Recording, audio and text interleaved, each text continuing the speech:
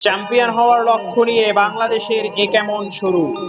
তামিম ইকবালের একটা ভিডিও মোবাইলে ঘুরে বেড়াচ্ছিল। ভিডিওতে দেখা গেছে মোবাইল স্ক্রিন দেখতে দেখতে দুবাই আন্তর্জাতিক স্টেডিয়ামে ঢুকছিলেন সাবেক বাংলাদেশ অধিনায়ক।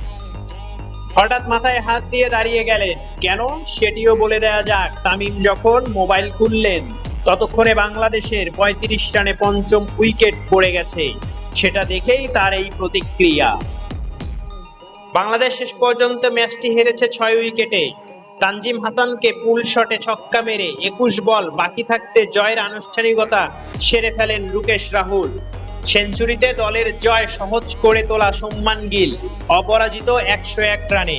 তাসকিন আহমেদের বলে রোহিত শর্মার আউটে ৬৯ রানের উদ্বোধনী জুটি ভাঙলেও আরেক ওপেনার ফিরেছেন ম্যাচ শেষ করে ১৪৪ রানে।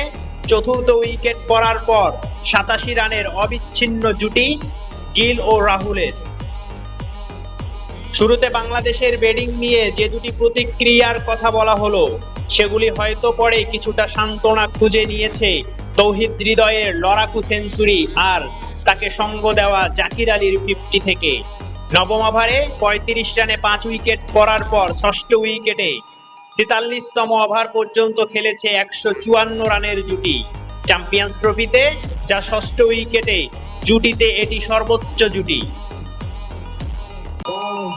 নিউজটি যদি ভালো লাগে একটি লাইক দিবেন আর চ্যানেলটি সাবস্ক্রাইব করে সাপোর্ট করবেন।